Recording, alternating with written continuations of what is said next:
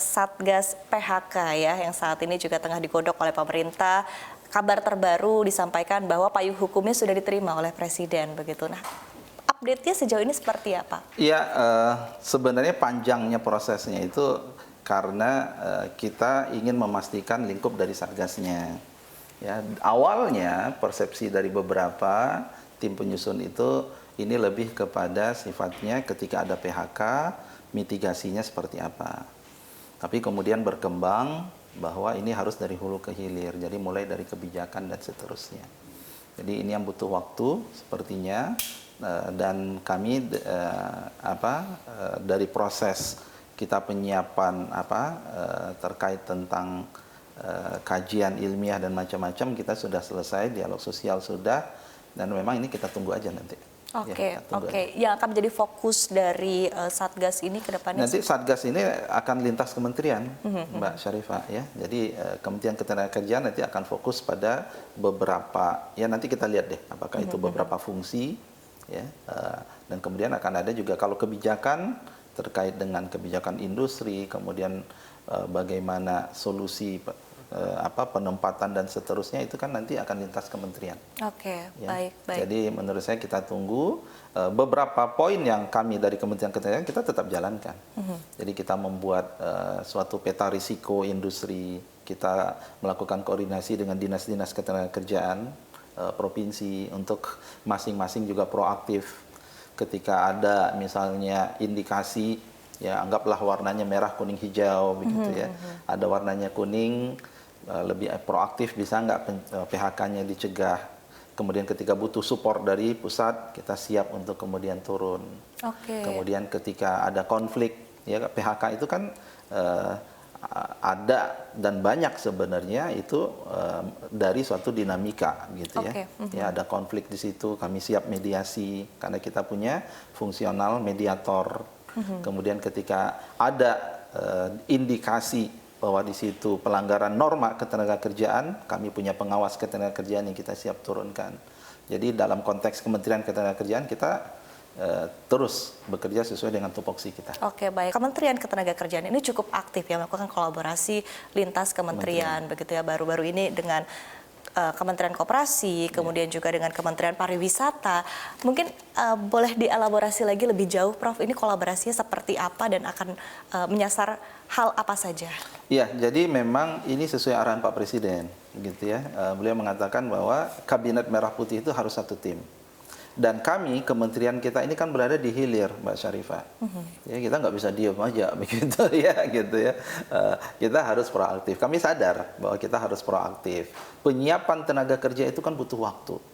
Jadi nggak bisa kemudian misalnya satu kementerian teknis mengatakan ada loh investasi di sini tahun ini, ya otomatis kan harus diikuti dengan tenaga kerja. Pelatihan kompetensi teknis itu butuh minimal 3 bulan untuk menyiapkan, gitu ya. Jadi kitalah yang kemudian inisiatif aktif, ya.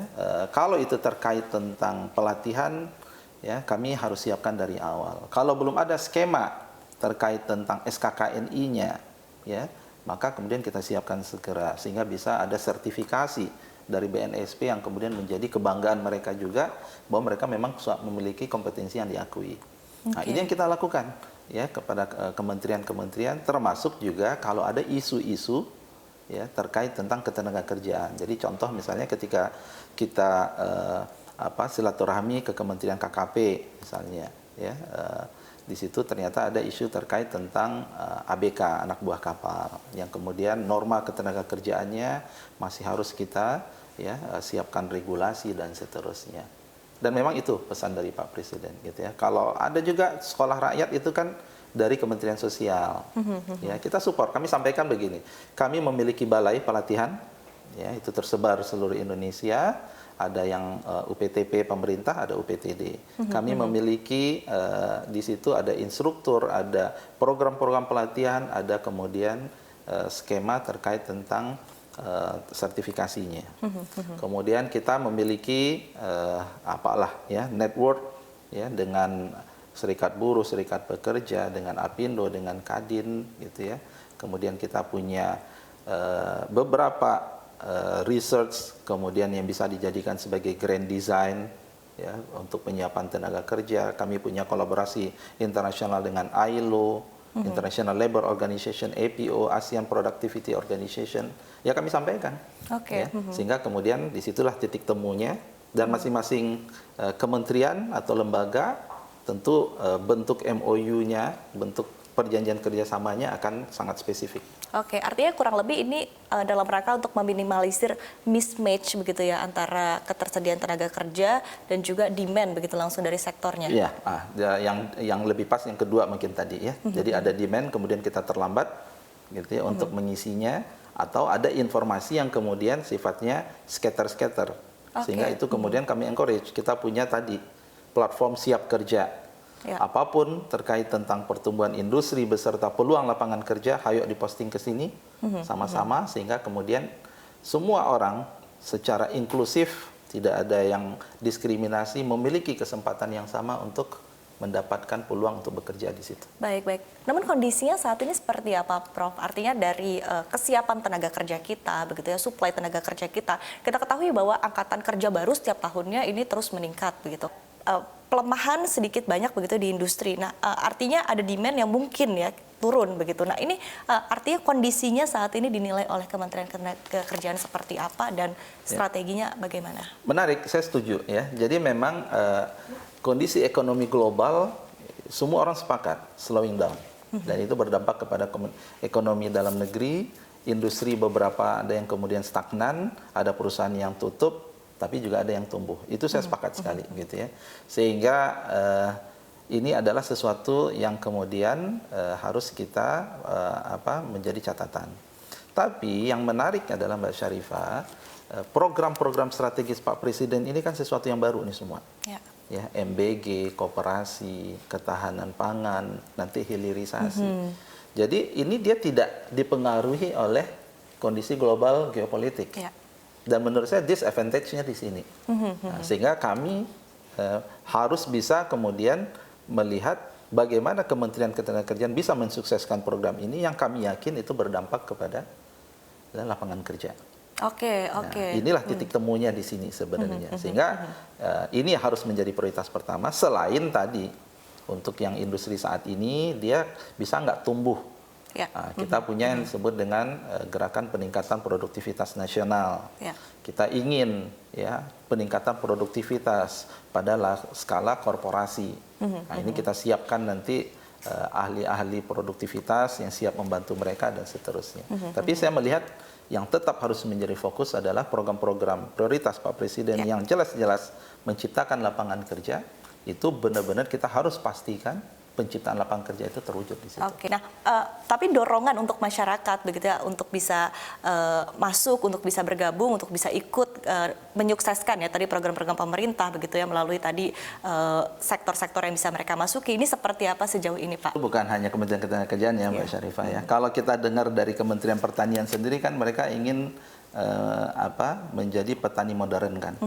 Ya, artinya kan petani modern dengan menurut saya gaji yang menarik sebenarnya, walaupun lokasinya tidak seperti bayangan anak muda banyak kerja di Jakarta begitu ya. Tapi menurut saya kalau kita belajar dari negara di luar negeri itu sesuatu yang common sebenarnya gitu ya, dan hanya butuh waktu. Tapi tentu sekali lagi saya katakan peluang itu tadi ada program prioritas Pak Presiden, kemudian ada penumbuhan dari industri saat ini, dan ada yang ketiga sebenarnya. Itu adalah kita harus lihat juga peluang bekerja di luar negeri. Baik. Itu juga pemerintah membuka. Bentuk keseriusan pemerintah kan dengan dibentuknya kementerian tersendiri di luar Kementerian Ketenagakerjaan, ya terkait dengan pekerja migran, perlindungan pekerja migran. Situlah peluang untuk kemudian bisa bekerja ya di berbagai negara di luar negeri itu terbuka dan kemudian itu difasilitasi. Kalau kami konteksnya adalah kita magang. Ya, magang sebagai bagian dari pengembangan kompetensi. Ya, seperti saat ini tahun 2024 itu mungkin ada sekitar 40-50 ribu ya dikirim ke Jepang gitu ya. Lulusan SMK sebagian besar mereka kemudian bekerja di sana dalam konteks magang. Sesudah 3 tahun mereka kembali ke Indonesia. Itu juga peluang sebenarnya. Oke, dan itu sebetulnya demand-nya luar biasa ya Pak ya, Demand-nya luar secara biasa. internasional. Dan banyak negara juga. Apakah dari Kementerian Ketenagakerjaan juga nanti ke depannya akan aktif mungkin dari sisi vokasinya Pak untuk mempersiapkan masyarakat Indonesia? Dan harus aktif ya, karena tadi kami memang sangat concern ya dengan hal ini. Kita terus ya dengan Jepang yang sudah established mungkin bisa ditingkatkan nggak ya? Jadi beberapa gubernur provinsi dari Jepang datang ke sini, saya selalu minta kuotanya bisa nggak diperbesar. Kemudian ada negara lain, Korea misalnya, ada Australia, gitu ya, ada negara di Eropa. Kemarin dari Swiss misalnya, dari Hungaria, ya itu semua kita minta. Gitu ya. Kalau ada peluang, dan memang yang kita minta itu adalah medium to high skill konteksnya magang. Jadi bukan yang pekerja low skill gitu ya. Yang kami siapkan, jadi apa spesifiknya pekerja konstruksi? Oke, kami akan siapkan pelatihan teknis 3 bulan yang mereka mungkin dari SMK, kemudian bisa di situ. Apa spesifiknya mereka kerja nanti bisa aja di bidang IT dan seterusnya, ya tentu mungkin lulusan dari perguruan tinggi, ya nanti dalam konteksnya kerjasama dari balai latihan kita dengan kemudian perusahaan yang menerima di sana. Baik, seperti apa roadmap mungkin dari pemerintah untuk program reskilling dan juga upskilling pekerja agar tidak tertinggal di era transformasi industri 4.0 yang syarat dengan teknologi. Bagaimana tentunya kita bisa tetap adaptif dengan perkembangan teknologi yang ada dan tentunya tidak tertinggal, Prof. Jadi kompetensi terkait tentang IT, saya bilang emerging digital lah gitu ya. Itu tentu ada yang sifatnya pelatihan yang bisa short term. Itu Kementerian Komdiji juga melaksanakan. Kami di sini lebih fokus untuk yang sifatnya saya sebut itu adalah smart operation, ya, IT based smart operation. Kita sekarang sedang menyiapkan pelatihan, jadi kemampuan dia untuk smart farming, smart building, smart office, smart supply chain gitu ya. Itu konteks satu, saya kategorikan ini adalah medium skill lah. Ya, itu bisa dilatih. Kemudian itu bisa berkembang, ya, mereka bisa praktek sendiri, mereka bisa mengembangkan sendiri. Nanti kita akan ada program apprenticeship ya ditempatkan di perusahaan. Ya, jadi skillnya mereka bisa berkembang, mereka latihan sendiri. Ya, karena banyak sebenarnya orang ahli IT itu latar belakangnya bukan IT sebenarnya, latar belakang pendidikan. Ya. Kemudian yang kedua, kami juga mendorong perusahaan-perusahaan itu untuk membangun community of practices terkait dengan AI. Karena AI ini juga tadi mirip Mbak, ya harus dipelajari, kemudian knowledge-nya terakumulasi dan kemudian bekerjanya bersama, latihannya bersama. Yang ketiga, kita membangun komunikasi dengan Kementerian Dikti-Saintek. Ya, kalau kita udah berbicara tentang high skill, AI dan seterusnya, tentu dari perguruan tinggi yang akan lebih, ya, yang akan lebih menguasai, dan kita berharap mereka lah yang kemudian akan mengisi tersebut. Oke, baik Prof. Terakhir, last but not least, target realistis dari pemerintah dalam penyerapan tenaga kerja dalam 5 tahun ke depan akan seperti apa, dan mungkin dengan lengkap dengan pemetaannya ya dari tenaga kerja berbasis sektor yang akan dilakukan, yang akan difokuskan oleh Kementerian Ketenagakerjaan untuk terus diisi dan tentunya dilengkapi ya oleh tenaga kerja Indonesia seperti apa? Kalau target globalnya itu ada di RPJMN, ya, dari Bappenas itu ada, tapi saya sadar bahwa ini harus didetailkan, Mbak Syarifah. Kami melihat pekerjaan-pekerjaan untuk masa depan seperti green jobs, circular jobs, ya, kemudian bahasanya mungkin konteksnya green economy, circular economy, care economy, itu perlu didetailkan. Ya, dan kami sedang membuat sebuah yang disebut dengan outlook, implement outlook ke depan, dan ini memang ditunggu oleh banyak stakeholders, ya, butuh waktu, ya, progresnya sudah ada, kita baru mulai di green jobs, ya, berapa sih kebutuhan green jobs ke depan, gitu ya, untuk spesifik seperti apa, tapi yang lain-lain ini masih butuh waktu, Mbak Syarifah.